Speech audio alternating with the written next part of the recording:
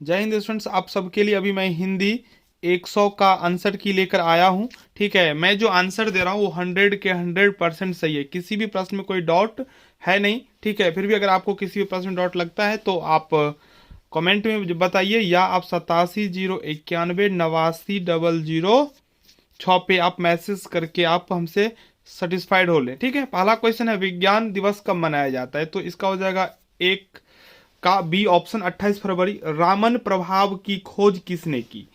देखिए, ऑप्शन दोनों जो है ना एक ही व्यक्ति का नाम है, इसलिए इसका हम ऑप्शन डी दे देंगे, क्योंकि रामन प्रभाव का जो खोज किया था सीवी रमन, चंद्रशेखर वेंकट रमन।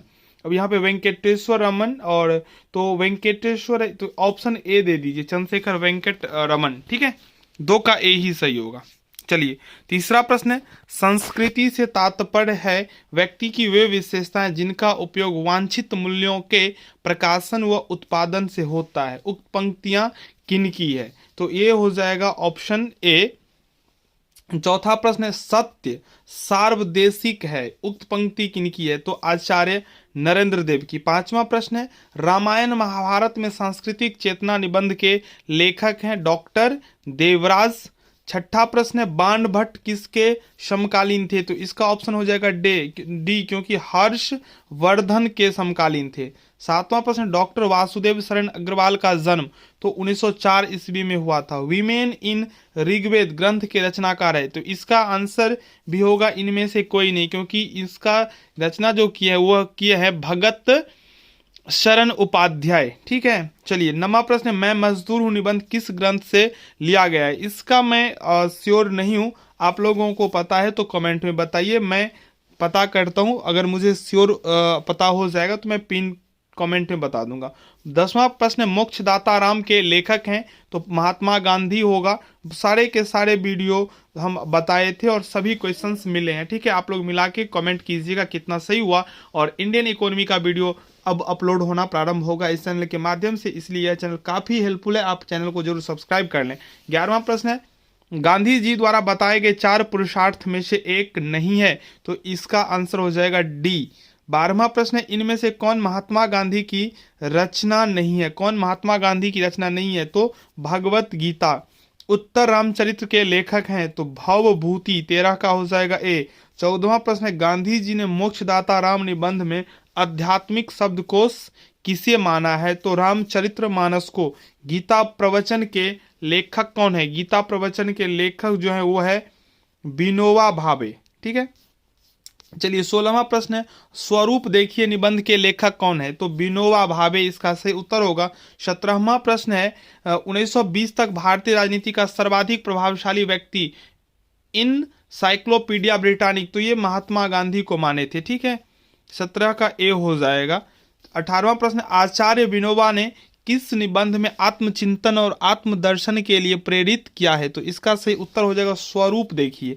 विनोबा भावे का जन्म कब हुआ? तो 1895 ईस्वी में। 20वां प्रश्न, मैं मजदूर हूँ निबंध का स्वरूप क्या है? मैं मजदूर हूँ, तो इसका जो ये सही होना चाहिए, तो ऑप्शन ए। ठीक है, मैं थोड़ा इस को लेकर भी श्योर नहीं हूँ, चलिए आप लोग देख लीजिएगा। 26वां प्रश्न है, विचार संचय की सर्वाधिक सार्थक विद्या निबंध है, उक्त पंक्तियों के लेखक कौन है? तो इसका जो राइट आंसर हो जाएगा वो हो जाएगा रमाशंकर शुक्ल। देखिए इसमें 21 से क्वेश्चन छूट गया है। ठीक है, जिसका जो स्टूडेंट्स हमें ये सेंड किया है वो लास्ट में इस पेज को रखा है, तो लास्ट में मैं आप लोगों को 21 सब का भी आंसर बता दूंगा। ठीक है, 26वां प्रश्न का उत्तर हो गया। 27वां प्रश्न है, मोक्षदाता राम में किस राम की चर्चा की गई है? तो मोक्षदाता राम में हमारी कल्पना के राम के बारे में चर्चा किया गया है। 28वां प्रश्न है, निम्न में से कौन से लेखक 1962 में राजस्थान के राज्यपाल रह चुके हैं? तो 28 का हो जाएगा बी।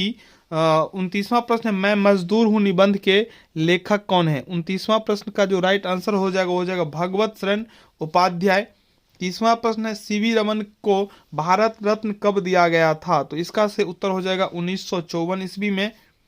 31वां प्रश्न, रामन रिसर्च इंस्टीट्यूट कहाँ है? बेंगलुरु में।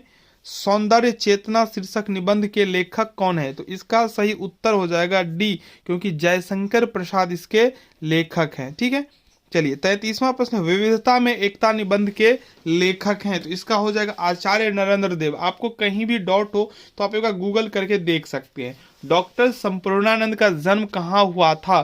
तो वाराणसी में। कर्मवीर गांधी पुस्तक के लेखक कौन है? तो 35 का हो जाएगा डी। ठीक है, इनमें से कोई नहीं है। 36वां प्रश्न, हाँ मैंने दर्याशात का नाम सुना है। तो 36 का सही उत्तर हो जाएगा ऑप्शन ए, महाकवि बाण भट्ट की सृष्टि और दृष्टि। 37वां प्रश्न, कादम्बरी के लेखक हैं? तो बाण भट्ट इसका सही उत्तर होगा। हर्षचरित्र के लेखक हैं? तो बाण भट्ट हो जाएगा। महात्मा गांधी का जन्म हुआ था 2 अक्टूबर 1869 को। 40वां प्रश्न, जीवन दृष्टि पुस्तक का प्रकाशन कहाँ से हुआ? तो 40 का जो सही उत्तर होगा इलाहाबाद हमको भी लगता है, लेकिन I am not sure about it. ठीक है, 41वां प्रश्न, नोबेल पुरस्कार विजेता भारतीय वैज्ञानिकों में सीवी रामन का स्थान कौन सा है? तो इनका जो स्थान है ये सेकंड है, क्योंकि इनसे पहले रविंद्रनाथ टैगोर को 1913 ईस्वी में गीतांजलि के लिए नोबेल पुरस्कार दिया गया था। 42वां प्रश्न, लेआउट का हिंदी अनुवाद क्या है? तो लेआउट का हिंदी अनुवाद इसमें से कोई नहीं होगा, क्योंकि इसका होता है हिंदी विन्यास। ठीक है, बहुत सारे ये पूछ लिया था हिंदी अनुवाद, ऐसा नहीं करना चाहिए था। ठीक है, डायरेक्टिव प्रिंसिपल्स का हिंदी। तो 43 का हो जाएगा सी, हम डायरेक्ट बता देते हैं। 44 का हो जाएगा ए, 45 का हो जाएगा बी। आपका समय बचे इसलिए मैं डायरेक्ट आंसर ही बता रहा हूं। 46 का हो जाएगा ए, 47 का हो जाएगा जैव मंडल, बायोस्फीयर का। 47 का बी हो जाएगा। फिर 48 का जो है सही उत्तर हो जाएगा कुल सचिव रजिस्ट्रार का। वॉलंटरी का होता है स्वैच्छिक, 49 का बी। 50 का रेजुलेशन का हो जाएगा संकल्प। ठीक है, 51 में है रिवर्स, इसका हो जाएगा 51 का सी विलोम। राजभाषा आयोग का गठन हुआ था 1955 ईस्वी में। हिंदी दिवस कब मनाया जाता है? 14 सितंबर को।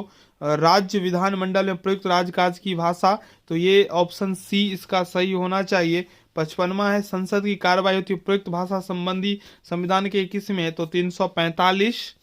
56 नंबर प्रश्न, भारतीय संविधान द्वारा हिंदी भाषा को कौन सा दर्जा प्राप्त है? तो राजभाषा प्राप्त है। ठीक है, भाषा के समय राष्ट्रपति का 1960 का आदेश जारी हुआ था, तो 27 अप्रैल 1960 को।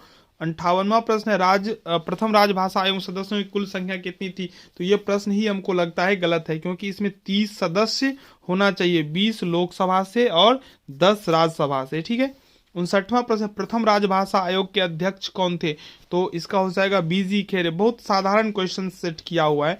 प्रारूप तैयार करने की क्रिया को क्या कहते हैं? प्रारूप तैयार करने की प्रक्रिया को हम लोग प्रारूपण कहते हैं। 61वां प्रश्न, संक्षेपण मूल अवतरण का होता है 1/3। 61 का बी हो जाएगा। 62वां प्रश्न, संक्षेपण की भाषा होती है सरल एवं बोधगम्य हो जाएगा। 63वां प्रश्न, किसी विस्तृत विषय के संक्षेप में लिखना क्या कहलाता है? तो संक्षेपण हो जाएगा। संक्षेपण का अंग्रेजी क्या होता है? प्रीसेस होता है, यानी कि 64 का डी होगा। 65वां प्रश्न, प्रारूपण की विशेषताएं हैं, इसका हो जाएगा उपरोक्त सभी। 66वां प्रश्न, कार्यालयी हिंदी की भाषागत विशेषता है? तो सरल और स्पष्ट कार्यालय पत्र के उदाहरण है, तो इसका हो जाएगा उपरोक्त सभी। 68वां प्रश्न, डेलीगेट का होता है प्रतिनिधि। ठीक है, 68 का हो जाएगा ए, सरकारी आदेश प्रकाशित होता है। तो 69 का जो राइट आंसर होगा वो हो जाएगा ऑप्शन सी। चलिए 70वां प्रश्न, 10 जनवरी को मनाया जाता है विश्व हिंदी दिवस। 70 का बी होगा। 71वां प्रश्न है, मैथिली भाषा सम्मिलित है अष्टम सूची में। ठीक है, 71 का ए हो जाएगा। 72वां प्रश्न, हिंदी भाषा का विकास हुआ है? तो संस्कृत से हुआ है, इसलिए इसका आंसर डी होना चाहिए। 73वां प्रश्न, भोजपुरी भाषा सम्मिलित है, कहीं नहीं शामिल है। ठीक है, चलिए 74वां प्रश्न, प्रथम राजभाषा आयोग में सदस्यों की संख्या कितनी थी? बेस वही क्वेश्चन रिपीट कर दिया, 30 होता है, डी हो जाएगा 74 का। 75 क्षेत्राधिकार का अंग्रेजी अनुवाद ये जुरिडिक्शन हो जाएगा, 75 का सी। 76वां प्रश्न, कार्यालयी हिंदी के संबंध में असत्य कथन कौन है? तो 76 का हो जाएगा डी, अलाउंस का होता है भत्ता। ठीक है, आप लोग टैक्स में अलाउंस बहुत अच्छा से पढ़ेंगे, इसलिए आप लोग चैनल को सब्सक्राइब करने। ओथ का क्या होता है? शपथ होता है। ग्लोसरी का क्या होता है? ग्लोसरी का हो जाएगा शब्द संग्रह। 80वां है अनुस्मारक पत्र कहा जाता है, तो 80 का हो जाएगा स्मृति पत्र। ठीक है, आप लोगों को बहुत अच्छा से प्रिपरेशन करना है, तो इस चैनल को जरूर सब्सक्राइब कर लें, क्योंकि कॉमर्स वाले स्टूडेंट्स के लिए तो बहुत ही हेल्पफुल है। 81वां प्रश्न है, इसका हो जाएगा डी। 82वां प्रश्न का जो आंसर हो जाएगा वो हो जाएगा बी। 83वां प्रश्न का जो राइट आंसर होगा वो हो जाएगा सी। 84वां प्रश्न का जो सही उत्तर हो जाएगा वो हो जाएगा ए। 85वां प्रश्न का जो सही उत्तर होगा वो हो जाएगा डी। 86वां प्रश्न है जिसका सही उत्तर हो जाएगा डी ही। 87वां प्रश्न का सही उत्तर होगा बी। 88वां प्रश्न है मीडिया की भाषा, तो 88वां प्रश्न का जो सही उत्तर होगा वो हो जाएगा ए। 89वां प्रश्न का उत्तर 89वां प्रश्न का उत्तर हो जाएगा ए। 90 राष्ट्रगान का अंग्रेजी अनुवाद होता है नेशनल एंथम। 91 अनुदेश का अंग्रेजी अनुवाद होता है इंस्ट्रक्शन। 92 प्रासंगिक का अंग्रेजी अनुवाद ये हो जाएगा रिलेवेंट। आचार्य नरेंद्र देव किस पार्टी से जुड़े थे? तो 93 का हो जाएगा समाजवादी कांग्रेस पार्टी। ये न्यूट्रल जो है 94, इसका राइट आंसर हो जाएगा बी तटस्थ न्यूट्रल जो होता है न्यूट्रल। ठीक है, लैटरल इसका सही उत्तर हो जाएगा शाब्दिक। हाईवे का हिंदी होता है राजपथ। देखिए कितना ये सब फालतू का पूछ लिया। 97 है, इसका से उत्तर हो जाएगा संस्थापक। अनुदान का होता है ग्रांट या सब्सिडी। आवृत्ति का होता है फ्रीक्वेंसी, और निष्कासन का होता है, तो इसके डी हो जाएगा। ठीक है, चलिए कुछ क्वेश्चन छूट गया। तो गुनाकर मूल्य कहाँ के रहने वाले थे? तो महाराष्ट्र के। महाभारत कर्म व संघर्ष समाज और धर्म हो जाएगा। डॉक्टर संपूर्णानंद की रचना, तो अंतरिक्ष यात्रा हो जाएगा। 24वां प्रश्न निबंध निकुंज, ये रमाकांत झा हो जाएंगे। रामन प्रभाव खोज का नाम रामन इफेक्ट किस वैज्ञानिक ने दिया? ये I am not sure about it. ठीक है, चलिए तो 100 का आंसर हो गया, कुछ का छूटा है जिसका मैं कुछ देर में कमेंट के जरिए ही आप लोगों को बता दूंगा। आप लोगों को अच्छा लगा हो तो चैनल को जरूर सब्सक्राइब कर दें, वीडियो को लाइक कर दें। धन्यवाद।